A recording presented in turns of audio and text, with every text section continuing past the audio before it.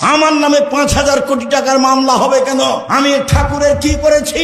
ঠাকুর বলেছে ও কালিমা তোমার আকাশ, ও মা তোমার বাতাস। আমি বলেছি ও ঠাকুর তোর বাপের আকাশ, কালিমার বাপের আকাশ। ঠাকুর জাতির শত্রু, ঠাকুর বাঙালির শত্রু, ঠাকুর জাতির শত্রু, ঠাকুর বাঙালির শত্রু, ঠাকুর ঢাকা বিশ্ববিদ্যালয়ের শত্রু, ঠাকুর বাংলা ভাষার শত্রু। আরে ঠাকুর হলো ইংরেজদের দালাল। যেদিন আমি মুসলিম ইংরেজদের নির্যাতনে জেলে আছি, সেই দিন ঠাকুর লন্ডনে থাকে।